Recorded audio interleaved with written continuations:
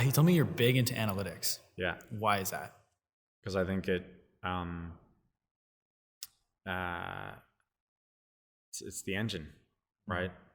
It's like talking to YouTube. Yeah, if Susan Wojcicki wants to make your video pop, she'll make it pop. But not everyone gets to talk to Susan. You know what I mean? So I think that a lot of people, like, it's just it's a machine, but it's YouTube. Most people, if you look in your YouTube Studio Beta, probably 70-80% of your views are coming from YouTube recommending your content to someone. And if that's the case, then 80% of your channel is in the hands of YouTube.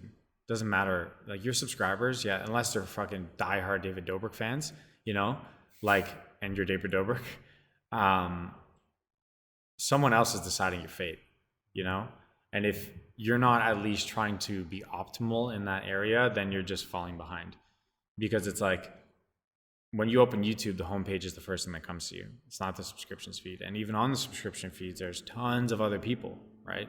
So I think that you want to be successful, and you're not, and even if you don't like that area, you still have to pay attention to it, because I don't want to say it decides your fate, because it doesn't entirely, because most of the things you're going to be doing anyways. But I think it's one of the biggest opportunities that a YouTuber can do to be successful, is to know analytics. And the thing is, I think that a big misconception about that is that, oh, I know a lot about analytics, I'm gaming the system. No, first of all, you can't game the system. You can't. There's no, sorry to tell you if you're listening, you know, like, there's no secret sauce. There isn't. I mean, or at least I don't fucking know it, you know? Yeah. So it's not like you put in a certain tags and this and that and put in your description and share it in this playlist and whatever, and you're going to get 1 million views. I can make it happen, man. No, it's not like that. The majority of what analytics are just telling you what to change in your content.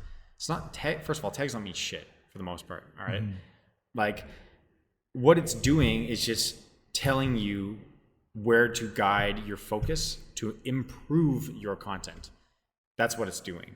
So it's not like you can, yeah, sure, to a degree, you can not change your content and see some different levels of success with just changing your like metadata and stuff.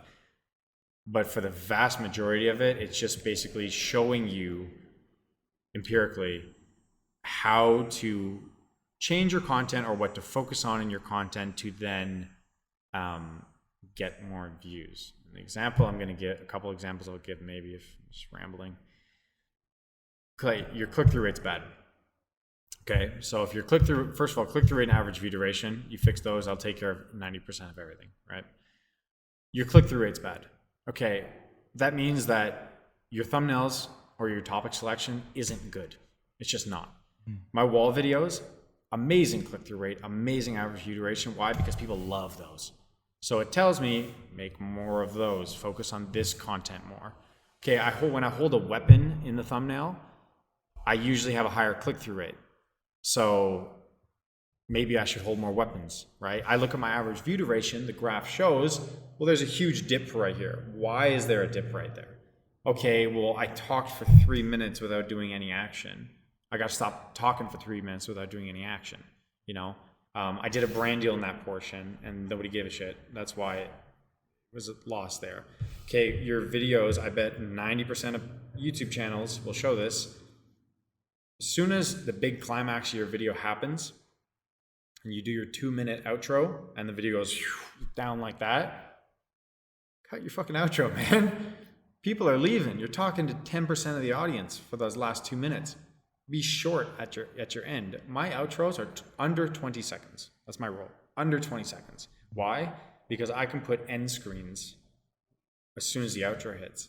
If my goal was to break the unbreakable box, as soon as it breaks, within 20-25 seconds, my video is ending. Because I know people are now clicking off, and I want those end screens to come up in their face so that they click on another video, right? That was all driven by analytics.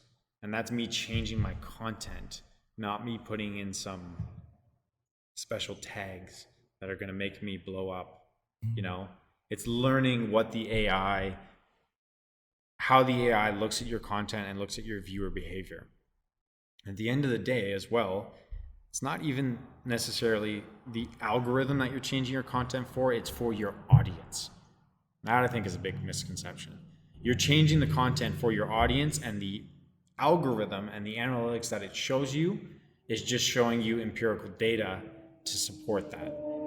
Your audience doesn't like your long ass outros. 90% of them doesn't like your long ass outros. The analytics are telling you that. Change that, your audience likes it more, and then when your audience likes it more, you snowball in the channel momentum positive direction, you know? And I think that's the approach at least I take on it, because maybe I don't know it from the direction where I could just type in a keyboard and make the video better. It's content strategy that you develop through analytics, not some secret society where they know numbers and make their videos pop. It's content strategy is what it comes down to. So yeah.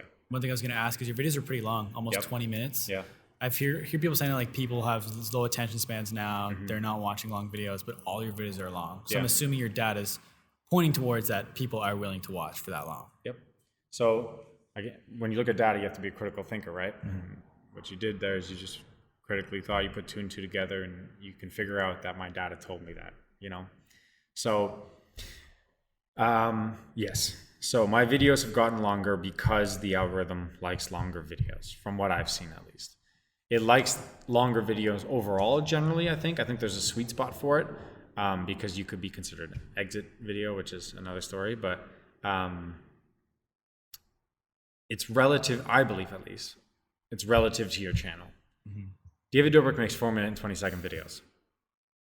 He bangs views, but my watch time on average probably triple his videos, even if he gets 100% retention. You know, I'll probably get 11, 12 minutes of average view duration on a single video, which will smack 99% of YouTube.